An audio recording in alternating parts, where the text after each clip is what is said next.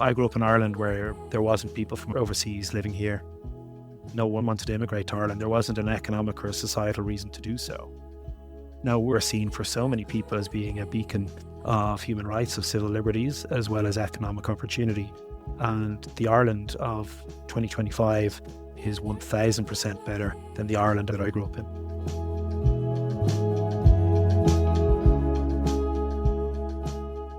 That was the voice of Neale Richmond TD, who is also Minister of State for International Development and Diaspora. And I'm Martin Nutty. And I'm John Lee. We welcome you to our Global Irish Nation conversation, and we welcome our media partner, Irish Central, where you'll find this podcast featured in its lively mix of the best of global Ireland. Find all that and us too at irishcentral.com. Minister Neale Richmond, welcome to the Irish Stew podcast. Thank you so much for having me on. It's a real pleasure. Great to have you aboard. We appreciate the time. Let me start off with a question to open the discussion here. Your Instagram tagline says you're an average rugby player. So let's start off with sports, although I'm going to ask you about a different kind of football. We're recording this on August 25th, a few days after about 25,000 international visitors poured into Dublin for the Aer Lingus College Football Classic, millions more watching the broadcast in the U.S., and a month before an even bigger crowd heads to Croke Park for NFL Dublin to see the Pittsburgh Steelers take on the Minnesota Vikings.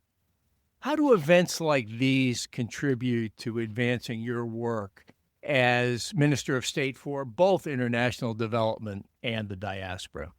We've gone down a dangerous path, John, because I love sport.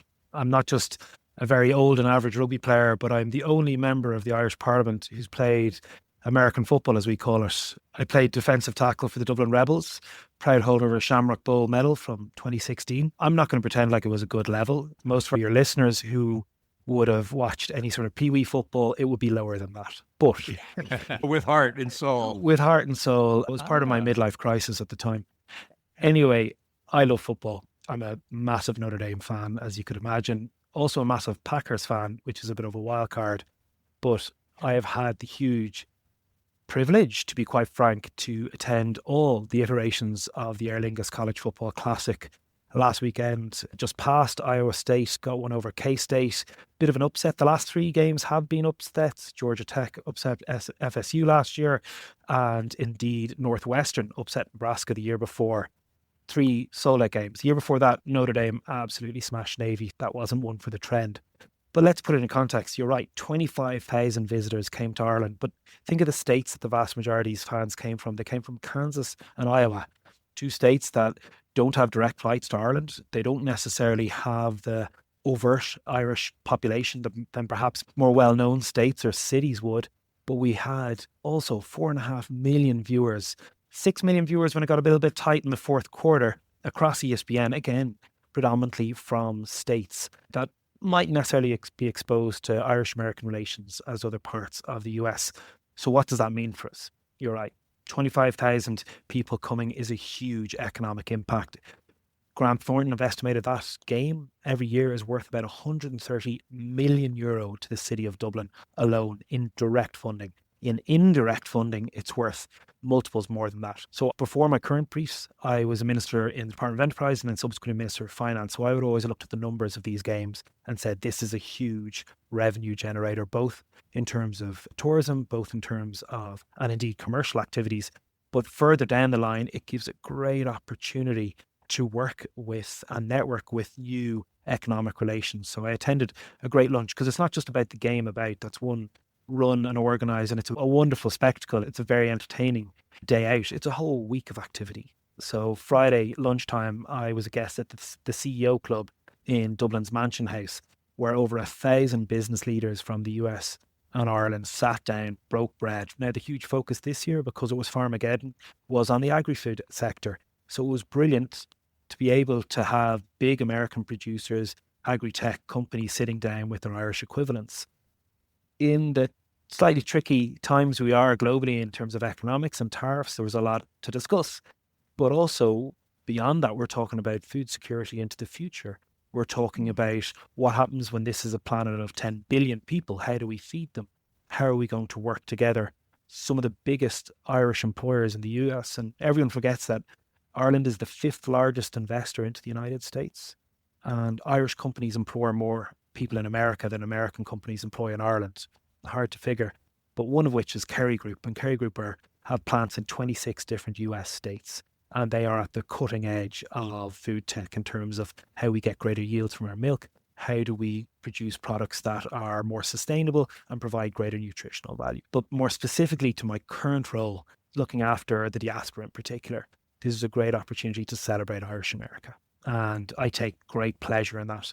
Again, this weekend, trickier, 2 states that don't necessarily have a traditionally large Irish populations. Previous year, Georgia Tech, everyone forgets that Savannah has the 2nd largest St. Patrick's Day parade after Chicago in the world. A huge contingent of what we'd know as Ulster-Scots, or as referred to as Scotch-Irish in the US, of course, in states like Georgia. I don't need to explain the connections between Notre Dame and indeed the Naval Academy with Ireland. And it was certainly one where Northwestern has a very pronounced Irish connection as well. But it's more probably obvious with the Steelers coming to town. And I was very fortunate a couple of months ago to spend some time in Pittsburgh with Dan Rooney Jr. We were able to reminisce about his late grandfather's time as ambassador here. Fantastic ambassador. It was a tricky time economically. It was probably Ambassador Rooney who was central to creating the Aer Lingus College Football Classic in 2013 when we were coming out of a financial crash. And it was an amazing boost to our economy, but it was also an amazing opportunity to reach back out to our Irish abroad.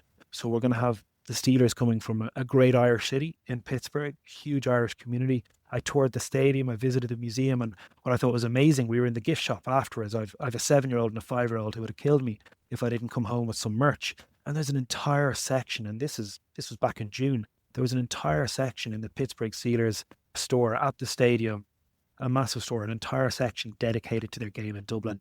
It was all branded out with shamrocks. They've got green terrible towels. It's going to be an amazing spectacle. And for me as a Minister of Diaspora, using every opportunity to reach out and connect with our Irish abroad, particularly our Irish in America, because at more difficult political times, it is our Irish America. And one last point on that, John, if you don't mind. What we've also enjoyed, the company of over the last week, is over 100 state legislators from the Irish American State Legislators Caucus have been not just in Dublin, but they've been all around Ireland. They've been hosted by my dear friend, Senator Mark Daly, who's the Speaker of the Irish Senate, the Cahirslic. They were at Belfast, they were in Kerry, where Mark's from. I spoke with them on Friday morning, Google, holding a really amazing roundtable for the 100 state legislators. We had the governor of South Dakota there, as well as the governors of both Kansas and Iowa, given the teams that were playing. And it was a great opportunity to say, yeah, Google are a massive employer here in Ireland, but they're here for so many different reasons. And there is a lot of Irish Americans working for the likes of Google or Alphabet, whatever you want to call the parent company in the US. And these are connections that will endure any tricky economic situations. They're not just cultural. They're not just historic. They're not just familial. They're economic. They're based around higher education. They're based around sports, and sports diplomacy is key to us. So it's just a wonderful question to kick off, John, because I'm so enthusiastic about reaching every aspect of the Irish abroad, but particularly the over 32 million Irish that are in the US. So we're going to explore these questions a little bit more, but I note you referred to the Scots-Irish of Savannah and the Georgia area. And just looking at your background, I also note that you're probably one of the few members of the Dáil who have an Orange Order grandparent. So talk to me about family, that background, and how it has influenced your decision to enter public life. Yeah, and I suppose in many ways, to answer the last part first, it didn't influence my decision to enter political life, and that's the really good thing. Being from a minority faith background, the traditional minority in the Republic was no hindrance to entering politics. It wasn't on my mind. I just wanted to get involved in public life. I had chosen a political party. I had voted in elections. I don't come from a party political family. But it absolutely, as a person, formed me and has given me the ability in the various briefs that I've held in politics to speak from a slightly different place. And you're right, my late grandfather was an Orangeman. He was a member of the Orange Order. He farmed on the border between Cavan and Fermanagh. As I said, the border crossed him in his lifetime. The border didn't exist when he was born, or indeed when my late grandmother, his wife, was born. So both my parents would have come from the traditional Ulster-Scots border communities. My late mother was born in a small townland outside Cootehill in County Cavan. My father actually came from Wicklow, but his parents had moved down to Wicklow from Cavan as well. Different part of Cavan. They were in Cavan town. And my mother was a Graham, so very much an Ulster-Scots name, or Scotch-Irish as many people would know it. My father was a Richmond, which would be a Norman name, and the Normans came over. But my grandmother's, or the maternal side, were very much Ulster-Scots, Scotch-Irish. Yeah, I suppose growing up, I would have seen things a little bit different. But I was growing up before the Good Friday Agreement.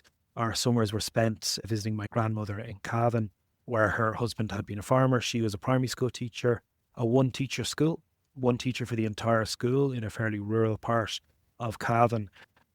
And I remember, and this is an anecdote, and I don't know if it'll fall flat with your listeners, but I like to tell it. In 1990, the Republic of Ireland soccer team got to the World Cup for the first time ever, and the country went mad, rightly so. And I was 7, and I remember I had a kit on the year.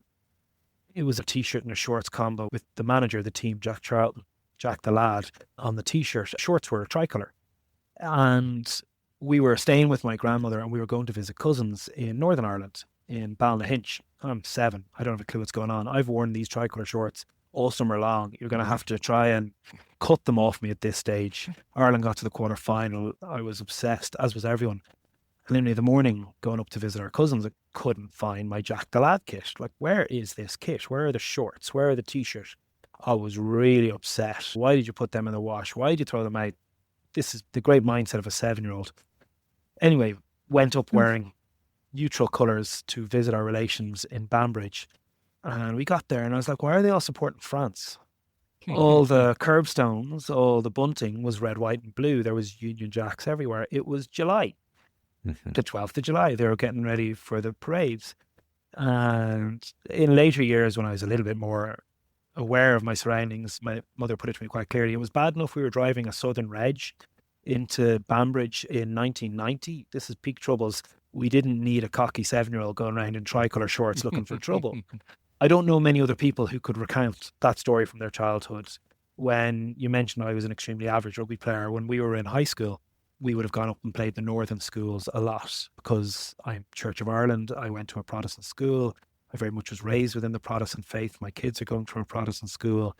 It's just we would have played other Protestant schools, but they would have often viewed us as being very different. In the late 90s, early noughties Ireland, we were coming from the Free State as they knew it. My brother, who was older, tells a story of they had a connection with a Cub Scout troop in Belfast who would come down and play an annual football match, soccer match. And the little boy came down and wouldn't leave the bedroom because he'd been filled with tales by his older siblings, like, down in the Free State, they're going to get you, they're going to make you Catholic, they're going to make you eat fish on a Friday, and they're going to chase you out because we're British and they're Irish. So I suppose I was exposed to things in my youth that other people in the Republic would have simply found completely alien, but I found them completely normal. And it stuck with me in politics, particularly when we were talking about Brexit and the Windsor Framework and the backstop and anything north-south. I would have still a lot of friends from Northern Ireland who would see themselves as British, first and foremost, and as is their entitlement under the Good Friday Agreement. They don't want a united Ireland, but they want to talk about the issues, and I think there is an appetite to talk about the issues. Only yesterday morning, I was coming out of my local church, and there was a couple down from the north, from Enniskillen, and one of the guys recognised me from TV, and he said, I wasn't expecting to see you here. And I said, I would, not to get into, I don't talk about religion very much, but I said, yeah, but sure, I'd be here every Sunday. And he says, we can't get our head around the likes of you because you're one of us, but you're not. I was like, we're all one of us, but yes, I am Irish. I have always been Irish. And it really annoys me when people go, you'd be British as well. I was like, how? I have no British connections. My grandparents on both sides were born in Cavan. My great-great-grandparents were born in Cavan. I am 100% Irish, and my Cúpla Focail Gaeilge isn't great, but it'd probably be better than most, and use it a bit for my job. My grandmother was an evangelical Presbyterian native Irish language speaker. We're a little bit more complex than perhaps the odd cliche would come, but it's an opportunity I have no problem saying that I grew up playing rugby and cricket and hockey as opposed to Gaelic games. But the first thing I signed my 7-year-old to do was play Gaelic football and hurling. And his best subject in school is the Irish language, which I'm delighted about. And now he's only 7, so let's see how that progresses over the years. But absolutely, we try to use it as much as possible. And I think that's really important. Yeah, I do have a slightly different background, but as a minor segue and not as a political endorsement, we have our presidential election, which we're going to talk about a little bit, and that's going to be held in October. And my party will be nominating Presbyterian from the border, who served in Dáil Éireann for nearly 2 decades, was a cabinet minister whose grandfather signed the Ulster Solemn League and Covenant, which committed to defend the people of Ulster from ever being in independent Ireland. But I'm going to try my best to see Heather Humphreys elected as next president of Ireland. And I think our country is more complex than many people realise from the outside. I suppose that the introduction of large-scale immigration into Ireland over the last 30 years has also changed for the better. I grew up in Ireland where there wasn't people from overseas living here. No one wanted to immigrate to Ireland. There wasn't an economic or a societal reason to do so. Now we're seen for so many people as being a beacon of human rights, of civil liberties, as well as economic opportunity. And the Ireland of 2025 is 1,000% better than the Ireland that I grew up in. It's interesting that you have a background in the border counties. And I note that you have spoken on Border Poll, United Ireland, and the notion of Ireland rejoining the Commonwealth under the guise of United Ireland. So can you expand on that? Yeah, the most important thing, I'm a passionate United Irelander. I want our country to be united. I want our country to be united as an independent republic as part of the European Union. I think that is in the interest for the over 7.2 million people of all backgrounds that live in this Ireland. I think there's so many different ways to look at it, the political, the emotional, and all good things. But one thing that never is talked about is the sheer economic reasons. It would be smarter to have 7 million people working in one singular jurisdiction that is one singular economy, that we can realise all the potential.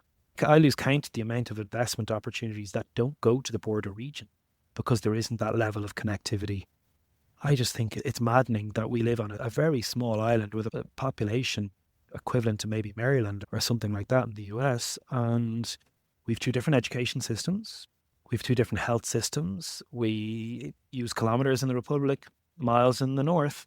I just think there's so many opportunities being lost on a daily basis by us being divided. The advent of Brexit, I believe, has given a need to speed this process up. But one thing I'm really very clear about is that a united Ireland will be different. It'll be a new Ireland. It won't be like the Republic that I proudly live in today and I passionately serve as a government minister and I love. It will be different, and I fundamentally believe it will be better. But it needs to be better by embracing all of the population. So therefore, we have to recognise that in an independent, united Ireland, there will be a large cohort of the population who are British. The term unionism will be gone. They will no longer be unionists or loyalists. They'll just be British. And some of them will be Protestants like myself, but not all Protestants is a unionist. And I'm very clear to say that I'm a Protestant Republican. How do we accommodate them? And one of many ways, it is certainly not the most important way, and one that I don't focus is potentially rejoining the Commonwealth. That's a big leap for a lot of people. A big leap because a lot of people don't perhaps appreciate that the Commonwealth no longer has anything actually to do with the UK. There are lots of republics that are a member of the Commonwealth. There are many countries that are in the Commonwealth that were never in the British Empire or were never a British colony. It will be a massive statement of maturity, in my opinion, for us to say, look, we can join this. We'll play in the Commonwealth Games. Plenty of athletes from the South compete in the Commonwealth Games. We'll make whatever the use of the opportunities to engage and network and look at trading opportunities and work towards various things in relation to eradicating the climate emergency. And we'll do so confident that we are still a very proud independent republic. But it is, in my opinion, not the thing that will bring about a united Ireland. And equally, I think far too many of the debates about United Ireland, the first thing people talk about is what flag will we use? What emblems will we use? What national anthem will we use? And why isn't anyone talking about whether we'll keep the Leaving Cert or A-levels? That's surely far more important to me. Emblems are important. Emblems are important, particularly for people in the north, in both the nationalist and unionist community who for so long have held on to those or have felt under threat from both sides of the political argument. But let's talk about, and there's a great academic research. There's lots of bad academic research that I don't like, but there's a great one by John Doyle, who's a professor in DCU. And a big thing, and I think this will decide the discussion, is the supposed cost of United Ireland. Now, you take a snapshot of the current economy, and it will cost upwards of €9 billion a year for us to subsume Northern Ireland into the Republic. Okay, but Northern Ireland pays contributions to NATO at the moment. We're not going to do that in independent Ireland. We're not part of NATO. There's no intention to move towards that. There's all these other factors. So the cost probably is more like €3 billion, as John Doyle says in his regular academic research, but no one is talking about the opportunity. If we have the IDA and Invest Northern Ireland, rather than having them compete, having them seek to bring in investment together, the standard of living now, today, very different to when I was growing up in the South, is considerably better than in Northern Ireland in terms of average industrial wage, in terms of social welfare payments, in terms of educational obtainment, in terms of waiting lists for hospitals, in terms of job opportunities. Economic growth is stronger in the Republic and has been consistently. We're at effective full employment. We all have massive challenges, and neither is a utopia. But I think if we were working together, I think the future New Ireland, which would just be Ireland, whatever the flag is, whatever the anthem is, whether we're in the Commonwealth or not, will be a better place than the Republic we have at the moment in the South, in the 26 counties or the 6 counties of Northern Ireland. And that's why I passionately want to deliver that. But you're not going to deliver it as some source of conquest. You need to reach out to the very significant British minority and indeed the massive newer Irish population and say, why does this work? Why is this not a threat? Why do we want you? We have to have people in the South, United Irelanders like me, able to look DUP and TUV politicians and square in their eye and say, we want you. We want you as part of our new Ireland.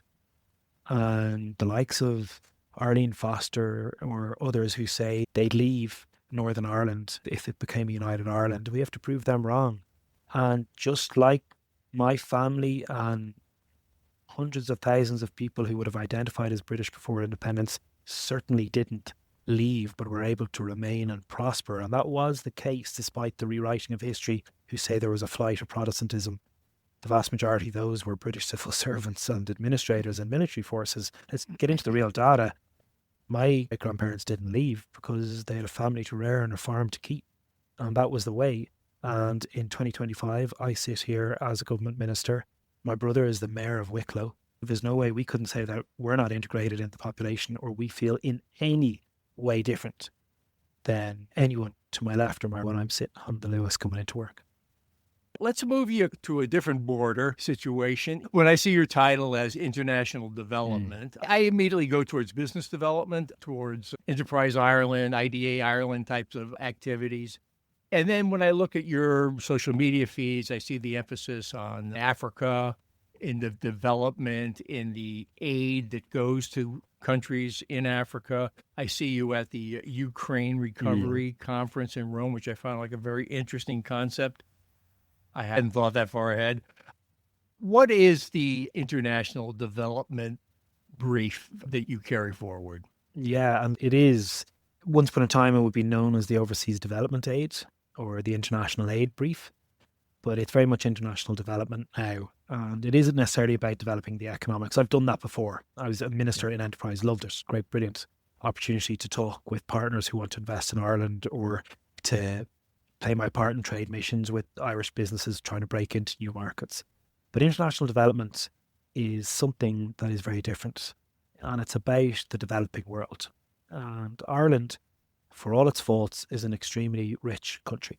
And it is a successful country. And it's a joined up part of the liberal democratic order in the global north or the Western world or the first world, whatever you want to call it. The titles rightly change over the years. So my responsibility is to work with partners, predominantly through United Nations and United Nations agencies, and to oversee Irish Aid, which is the Irish government's development agency. Irish Aid is over 50 years old. It was founded in 1974 by a government led by Liam Cosgrave with Gareth Fitzgerald, who subsequently became Taoiseach as Minister for Foreign Affairs. So It is very similar to the Norwegian Seas, have an aid agency, but it's the Irish equivalent of USAID. Our job is to work with 13 different programme countries, 10 of which are in sub-Saharan Africa, to support development programmes. So one arm of that is humanitarian relief, so responding to natural disasters, like it happened in Myanmar at the start of the year.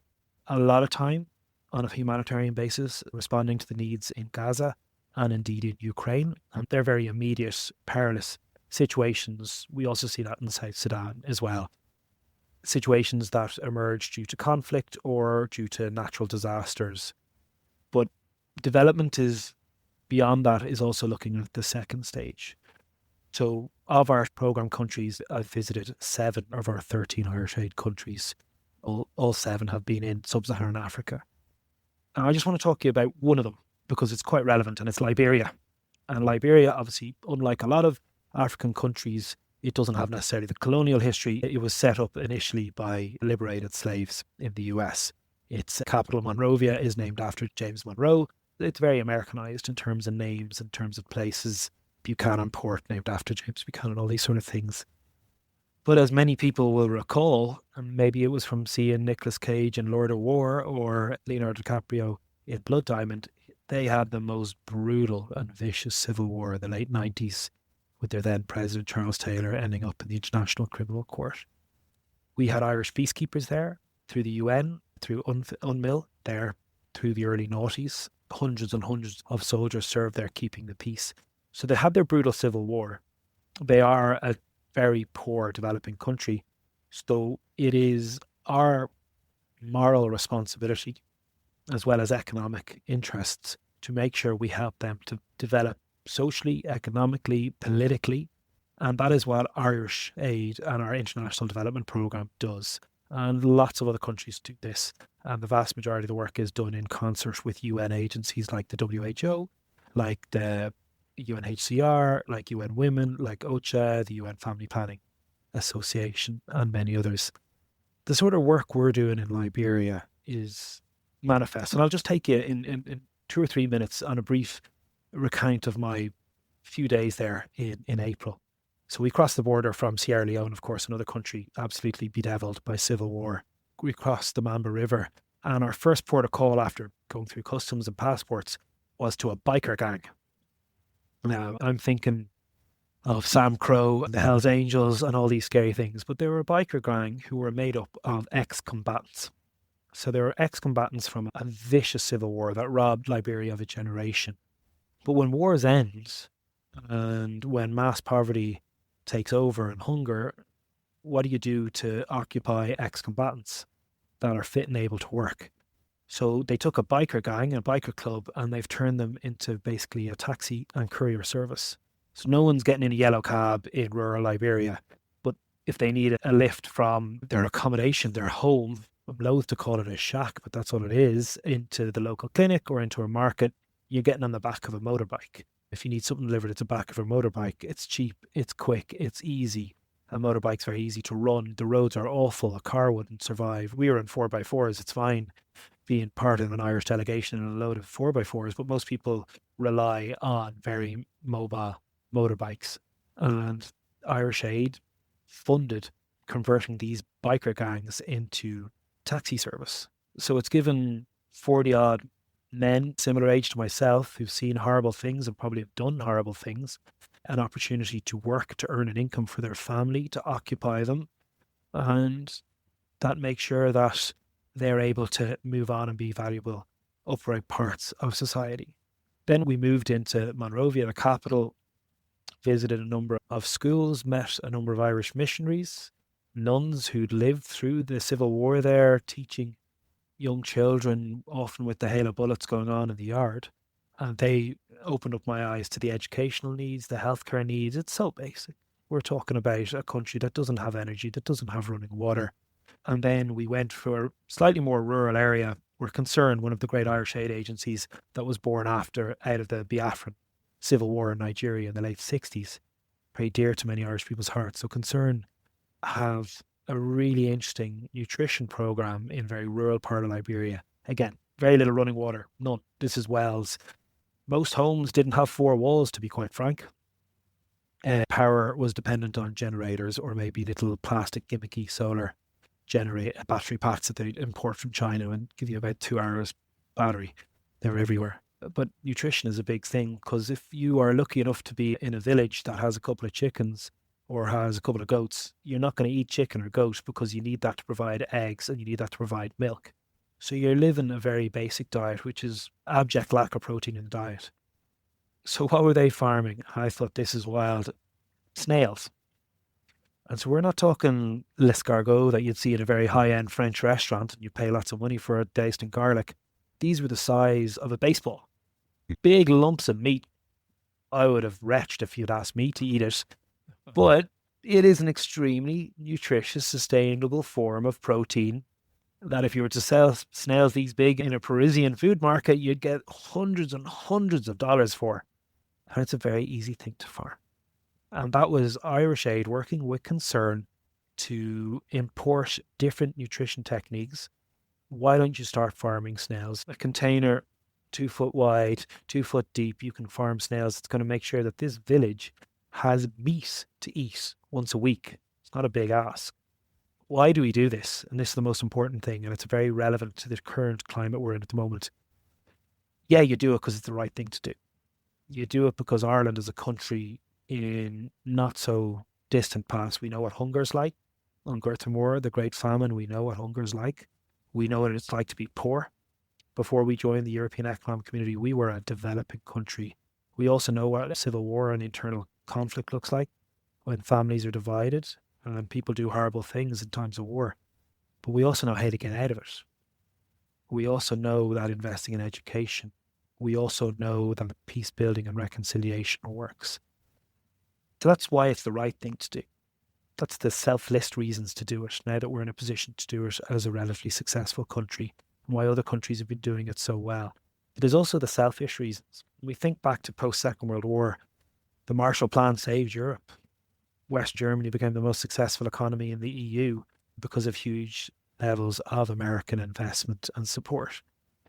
The big issues facing Europe at the moment, not too different to the US, are energy prices, food inflation, migration.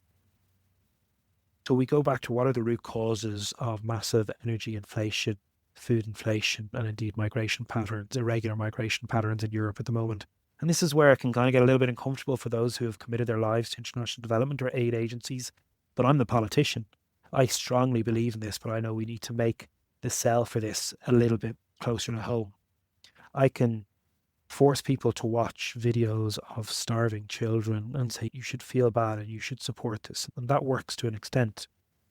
But people will switch over, the news channels will lose interest, and I can list off hundreds of thousands of horrendous things that are happening in this world today that people aren't aware of, or people are aware of for a 2 or 3 day appeal. Well, you know what? If you want your energy bills to stabilize and come down, if you want your food bills to stop soaring up, maybe it would be better if we didn't have a massive war in Ukraine.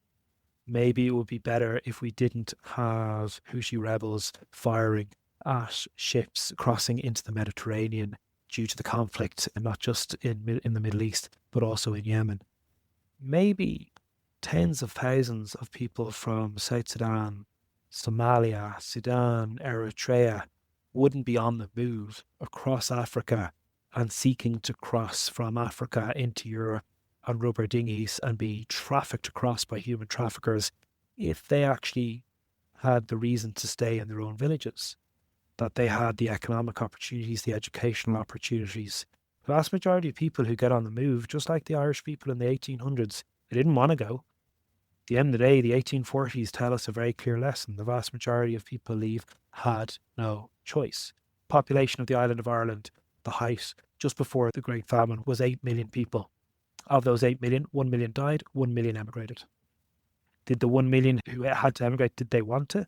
Did they want to get on a coffin ship and take a perilous journey and start from the bottom? So many made such good lives in the US and have been so successful. But we're losing memory of this existence in Ireland, and particularly in Irish America. How many people came and were ostracized? They couldn't get work, or the work they got was the worst jobs possible. The chemical works in Glasgow, the only people who would work there was Irish Catholics. You think of people getting off at the time of the Civil War, and yeah, I'll join the Union Army because I just want to eat every day. I just want to eat. And that's the same motivation that so many people across, not just sub-Saharan Africa, but that's where I focus my work, but into Afghanistan, Syria, and that part of the world, live nothing there. So obviously they're going to move and chase a better life. So rather than putting up massive walls, figuratively as well as literally, or trying to say we need more people to work for Frontex as it is in the EU, maybe we actually invest. So rather than making people go on the move, they're going to stay in their countries, live a life where their average life expectancy is not 54, where the average age of marriage in certain countries is 14. Children get married because they've no other choice, because they need the economic support, because their parents can't afford them. That's why international development matters. And that's why, as we're sitting here today, it is heartbreaking, but also nonsensical to see Western countries absolutely slashing their overseas aid budgets. Doesn't make sense in the short term, in the medium term, or in the long term. And I've got a little bit of motive here, and I apologise that to your listeners, but it's so maddening when all you're doing is building up catastrophe, that you're going to have to deal with it at source and give people a better life while you're doing it. And don't make it some sort of political badge of honour that you're supposedly saving people money when you're just costing lives. Yeah, I'll put my stamp of approval on that statement, because I think, sadly, where John and I sit, there seems to be an extraordinary amount of cruel short-term thinking. But talking of migration, let's talk about the other side of your brief. You're charged with working with the Irish diaspora. Now, depending on numbers, people can talk about 70 million people worldwide which claim Irish ancestry. Sometimes they say 100 million worldwide. As I understand it, there's probably close to 3 million Irish citizens living offshore. The ministry, or your brief, has been around for about 10 years. I believe it was established in 2014. You're currently conducting a survey on the diaspora. But when you look back now, and I know it's still early days, you've only been in the position since January, but in the past 10 or 11 years, what have we learned through your particular ministry about the Irish diaspora? I think it's a brilliant brief to have, Martin. I'll just say that from the outset. And it is my honour, actually, to be both your respective minister in the government. So I'm responsible for all the Irish abroad. And it's nothing better to be able to say that. The Irish abroad, the Irish diaspora, is not homogenous. Try and find two Irish people in a suburb of Boston, the most Irish city in the US, as they keep telling me, and they're going to be very different. But the Irish abroad are changing, and the perception of the Irish abroad is also quite different. And a lot of it comes down to the motivation for leaving. So historically, going way back, before the famine, people left Ireland probably for reasons they didn't want to. The early Scotch-Irish, the Ulster-Scots who left Ireland, did so because they weren't part of the established churches. There were Scots who were Presbyterian and didn't sit with the Church of England Anglican narrative. And from Ireland, so you go back to any of the great and early Irish Americans, vast majority of them trace their family back to Northern Ireland, a place like Tyrone, Fermanagh, and they moved down to the south. And that's why Savannah, as I said, has such a deep Irish population. It's older, but they generally moved for religious persecutions. Maryland was set up to be a Catholic state for so many people, as we know. I'm an utter history buff, if you haven't picked up. Then we look at, obviously, the Irish that left after the Great Famine. And then we can see waves thereafter, and it's tied to economic fortune. To be quite frank, the last great wave of Irish people to go to the US was in the late 80s, early 90s. It just hasn't been as apparent since, for two real reasons. One, there hasn't been the economic need. Ireland, despite the financial crash, has managed to retain a lot of its citizens. And secondly, immigration rules have changed. We don't have the various visa opportunities that have been offered in the past. It's just a harder country to get into. And that means, just to be very parochial to start off, the profile of Irish America is changing greatly. We only have one member of the House of Representatives at the moment who has a parent born in Ireland, my dear friend Brendan Boyle, whose father came from Glenculmkill in Donegal. That's it. Whereas once upon a time, you'd be able to go onto the hill and you'd have a couple of dozen. The size of Irish America, it's probably still as big, but it's not necessarily as recent. And that's fine. But it means perhaps they need a strategy or they need a minister to reach out to them in slightly different ways. I've spent a lot of time since I've come into the priest in the US, going to be there an awful lot through the fall. Just to put people on notice, I apologise for coming up over their timelines. And the work of the Irish Pastoral Centre in Dorchester is probably very different today than it was 40 years ago.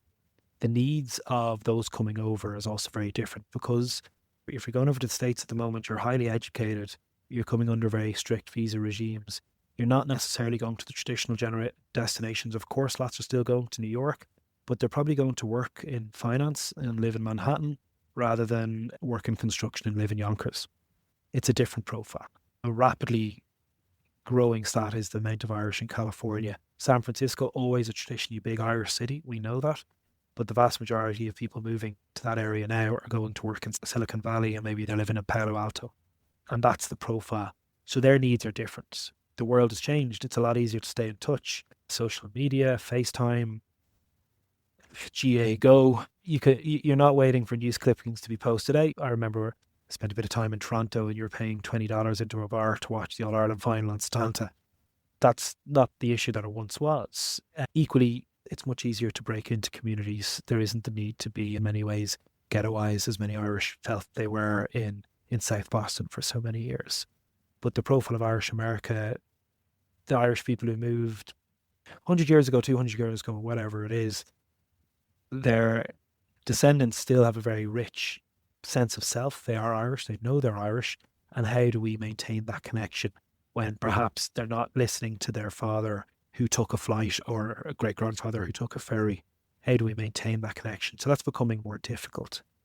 And equally, we find Irish people in each of the 50 states, of course, but we find Irish people in every single country in the world. And that's where our consultation's a little bit different. We've a rapidly growing Irish population in Canada, because Canada quite simply is easier to get into than America. But it's different parts. Canada, because people are moving in sectors. We have a huge Irish population in Australia. We always have. But I suppose, and this is the thing, and certain opposition politicians will have a go at me, but it's the sheer fact. The vast majority of the Irish people emigrating today will move back to Ireland. Every year, we have about 30,000 immigrants into the country who are returning immigrants. And a lot of them are coming from the likes of Australia. And I'm not talking it down, and I'm not belittling the very real problems that we have here, and I'm not trying to be confrontational, but there is an element that this is a rite of passage to spend a couple of years overseas. And I say that because I did it. 2007, I handed in my university thesis, and the next morning I was on a plane to Brussels. My mother broke down at the airport after I got on the plane because she thought she'd never see her youngest ever again, because that's what her brother had done in the 1950s when he got on a boat from Belfast, from Cavan into Belfast to go to London. He didn't come back. He still lives there to this day. I lasted less than 2 years in Brussels because I also had the opportunity to return. I was able to speak to my mother every day by email, text message, Skype as it was then. She could log onto my Facebook account and see what I was getting up to. It wasn't the distance. Cheap airlines meant we were back and forth the whole time. It's a different thing. So we have to adjust our diaspora strategy. What did we look for in our diaspora before? At times of peril, we had Irish people abroad sending back remittances. We had people, $1 a week was sent home, or £1 a week was sent home. At the time of the financial crash, we leaned heavily into Irish America. Enda Kenny, the Taoiseach, was amazing at this. He was back and forth looking for investment, looking for trading opportunities. We don't need that now, but we do need that continuous relationship to make sure that we can work together. And also, for a long time, so before there was a diaspora minister, there was a diaspora strategy. And we had the Immigrant Support Programme, which is still around today and is so important. And when that was set up over 20 years ago, it was set up with an eye that we owe our Irish abroad so much, because so many of the Irish abroad now in the US, but particularly in the UK, are not in a good position. They left young and they left poor. They maybe are in ill health of elderly age. They're very isolated. There's issues. A large chunk, over 60% of our survivors of institutional abuse, emigrated for lots of different reasons, and they need our help. And we have that responsibility and we have that duty of care to the likes of the Irish pastoral centres and groups and alliances and coalitions And we also help them with changing political times. So we'd have an awful lot of Irish people in the UK have taken up their citizenship through the Foreign Birth Register. We have had over 40 requests from Irish people in the US looking for help to move home because of the changing political environment. The changing focus on migration has created a lot of fear for the Irish community. There is estimate over 30,000 undocumented Irish people in the US. They're not kids. They're of an age. They have children. They have grandchildren. They need help getting their affairs in order. And I was over in the US not so long ago, and it is real, sitting down, throwing on the local news channel, and it was all about ICE raids here and ICE raids there. And if you're sitting there and your status is fuzzy, for want of a better word, that is extremely stressful. So people are busy. And this is a long-winded way of me saying, what can we do more for our Irish abroad? What can we do more for our diaspora who we owe so much?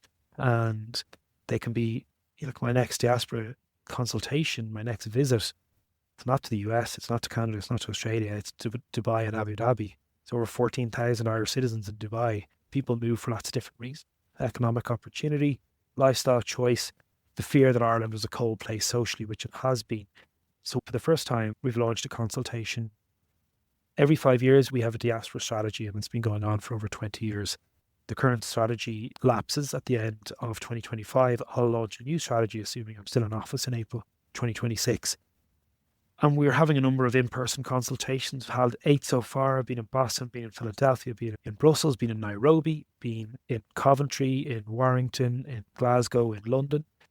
But we know that we need to do it online to reach out to people, to make sure we get as wide and as deep a feedback as possible. So at the time that we're chatting, we've had just shy of 9,000 responses from individuals around to carry out a survey. Over 250 organisations, everything from the GA to Conor na Gaeilge to pastoral centres.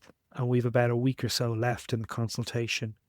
So I'm going to ask a somewhat prickly question. I'm Dublin born, grew up on the north side of the city, lived in America for over 40 years. I've never voted in an Irish election. Towards the top of the episode, I referred to the fact that we have 3 million Irish citizens living offshore. Most countries in the Western democratic tradition offer offshore voting. I also recognize the scale of the Irish diaspora is enormous compared to most of those other countries. In my view, I believe that if we really want to bind the Irish diaspora and its benefits, which are two-way, both inbound and outbound to Ireland, there needs to be a voice that advocates on behalf of people like me who continue to maintain strong ties to Ireland, invest in Ireland, participate in Irish culture, etc. There has been talk in times past of providing some kind of voting to members of the Irish diaspora, but I'd be interested in hearing your thoughts on that. Yeah, no, I've very strong personal thoughts as well as the official government position, which aren't too different, thankfully. First and foremost, in relation to votes for the Irish abroad, votes for Irish citizens, so passport holders, that's who would be entitled to vote in any election. The government still supports the notion that we want to open up the presidential election for the Irish abroad. In order to do that, we need to have a referendum. We were due to have a referendum on it, but COVID hit, to be quite frank, and I was well on the record before I was in government, back when I was a senator, in my support for that, and is the official position of the government and is the official position of my party, Fine Gael, which I'm very relieved about because it would be very difficult if it wasn't, and I support it. So we need to have a referendum on that. And we are currently in the position as a government of reflecting of how to hold that referendum and when to hold that referendum. Because it's all well and good me saying, I believe in this and I support it, but respectfully, I don't have to convince you of it. I have to convince those who have a vote in that referendum at the moment, which are Irish citizens living in the jurisdiction at the moment. And it's not straightforward. As benevolent as we are as a people, I've seen the articles and I've seen people who are saying this is a thin edge of the wedge, this will lead to a Sinn Féin president, which is a complete misnomer. This is not something people want, that it would lead to votes for Irish abroad in all sorts of elections. So it's going to be tough. I won't lie to you. It's going to be a tough campaign, and we're currently reflecting on how we schedule a referendum, because To be quite frank, the last referendum that we held went extremely badly. All the political parties backed the initiative and we got an absolute hammering, over 70%. The problem with a referendum on a kind of a legalistic or moral issue or social issue is you get one go at it per generation. Now, if it's something like a European treaty that you can go back and renegotiate and get changes to, you can go again. But we think of, and not to get into the issue, but we think of the referendum to repeal the 8th Amendment to the Constitution. The first referendum was that, and that was in 1983, the year I was born. It was defeated. The second one happened in 2018. That's the time frame. So if you want to do this, you want to do it right. And we strongly believe in votes for the Irish abroad for the presidential election. And where I'll give the slightly unpopular responses in relation to other elections. There is a belief that in order to vote in a general election for the Irish Dáil, for the Irish Parliament, and a local election for the Irish County Councils, that you need to be responsible for your vote. So you need to live with the consequences.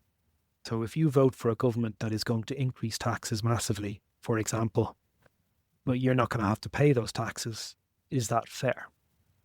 I remember during the same vote on the 8th Amendment, people saying it's really unfair that I'm not allowed to vote. I live in Australia. And I said, yeah, you're not allowed to vote and you're an ardent repealer, but neither are the hundreds of Irish priests and nuns who live in Rome either, who would have a slightly different position. So it balances out. At the moment, you are entitled to vote for 18 months after you leave the country. After that, you're not allowed to vote for a general election or a referendum, presidential election or local elections. And I'll be quite honest that there is no appetite to change that. You can use that hackneyed old phrase, no representation without taxation, or you can talk about any other things. It's not necessarily the answer you want to hear, but I have a responsibility to be straight.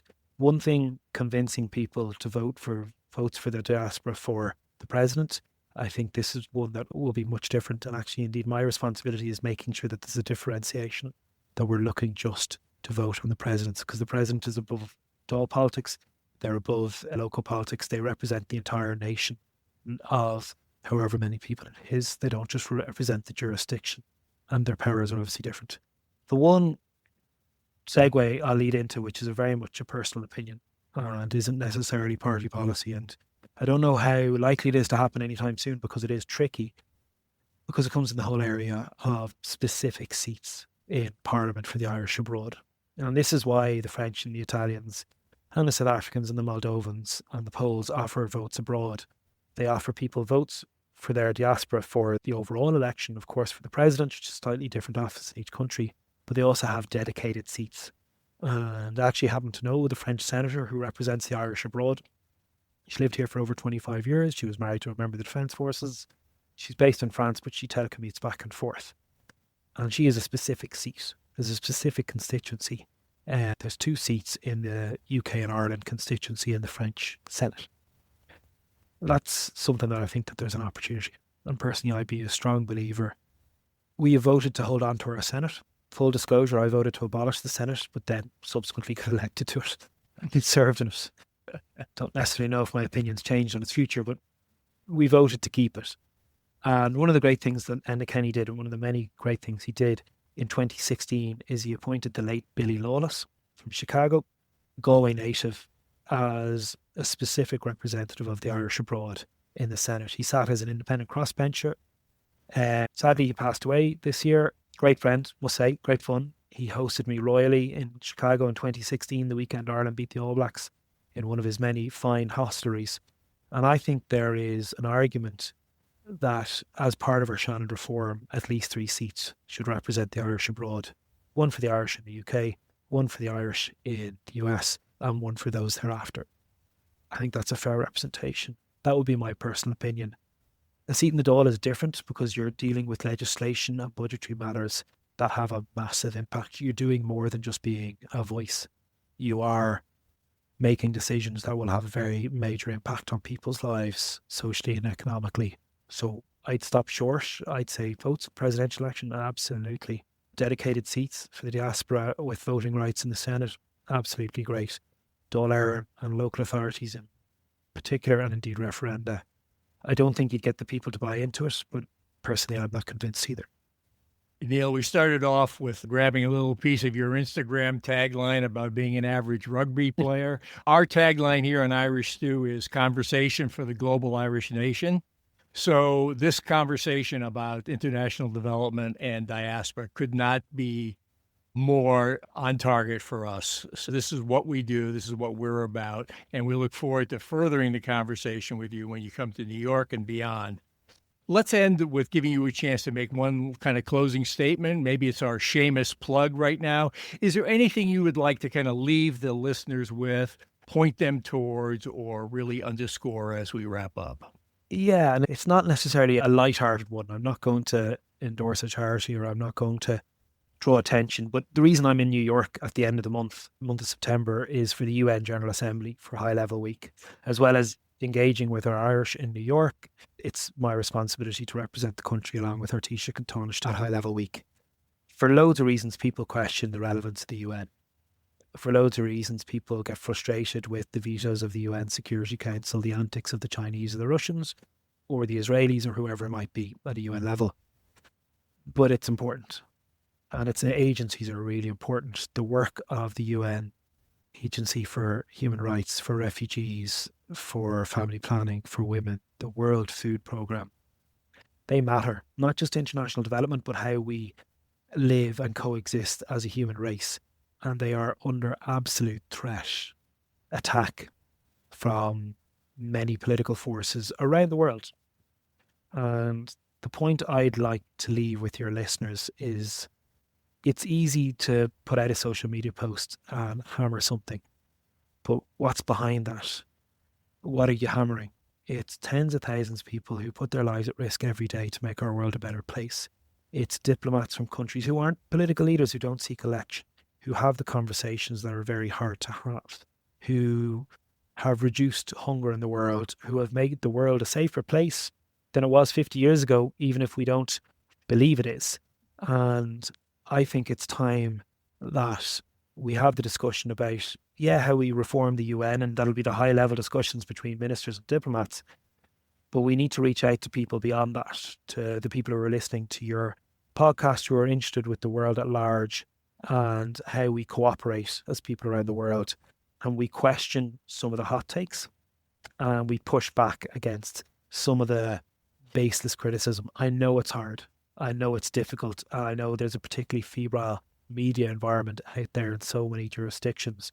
I see it every day. I spent so many Brexit years on and off British media, and it was an absolute bear pit depending on what forum you were on.